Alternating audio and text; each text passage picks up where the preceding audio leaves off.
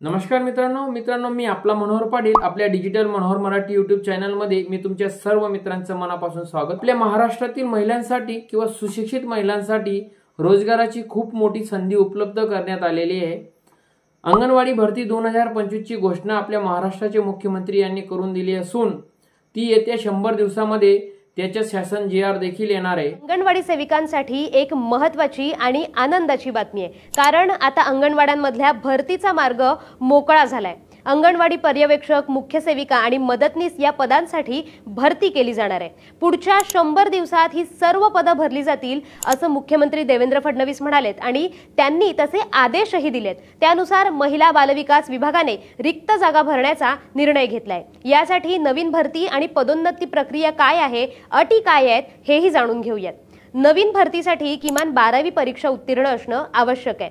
August 2022 पूर्वी भरती झालेल्या मदतनीसांना 10वी उत्तीर्ण असल्यास सेविकापदी थेट नियुक्ती करण्यात येणार आहे। तसंच उर्वरित रिक्त पदांसाठी जाहिरात प्रसिद्ध करून भरती प्रक्रिया राबवली जाणार आहे। तसंच यासाठी ग्रामीण भागात, स्थानिक ग्रामपंचायतीतील तर शहरी भागात संपूर्ण महापालिकेच्या क्षेत्रातील उमेदवार पात्र ठरणार आहेत। याच्या निवड प्रक्रियेमध्ये लेखी परीक्षा नाहीये। राज्यातील महिलांसाठी अंगणवाडी सेविका आणि मदतनीस भरतीसाठी लवकरच अधिकृत जाहिरात सुद्धा प्रसिद्ध केली जाण्याची शक्यता आहे।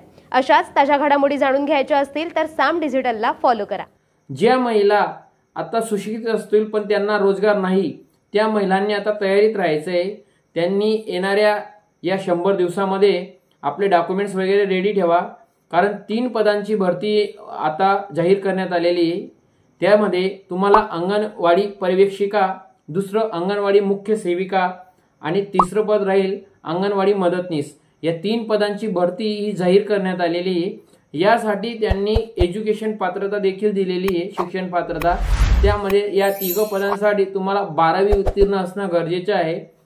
व त्याचबरोबर ज्या महिला, सर्वात महत्त्वाचा पॉईंट हे लक्षात ठेवा, जे अंगणवाडी आता मदतनीस म्हणून काम करत असतील, जे कार्यरत असतील मदतनीस म्हणून, त्यांच्यासाठी खूप महत्त्वाची आणि आनंदाची बातमी आहे की त्यांची डायरेक्ट मुख्य सेविका म्हणून त्यांची थेट निवृत्ती होणार आहे।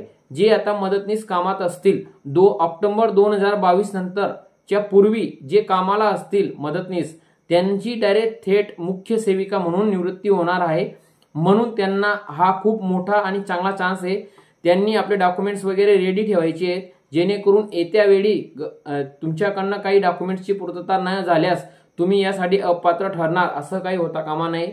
म्हणून सर्वात महत्त्वाची आणि आनंदाची बातमी मी तुम्हाला दिलेली। आपल्या चॅनलवर कोणी नवीन आले असणार तर आपल्या चॅनलला सबस्क्राईब करा व तसेच बेल आयकॉनला क्लिक करायला विसरू नका। जय हिंद, जय महाराष्ट्र, वंदे मातरम।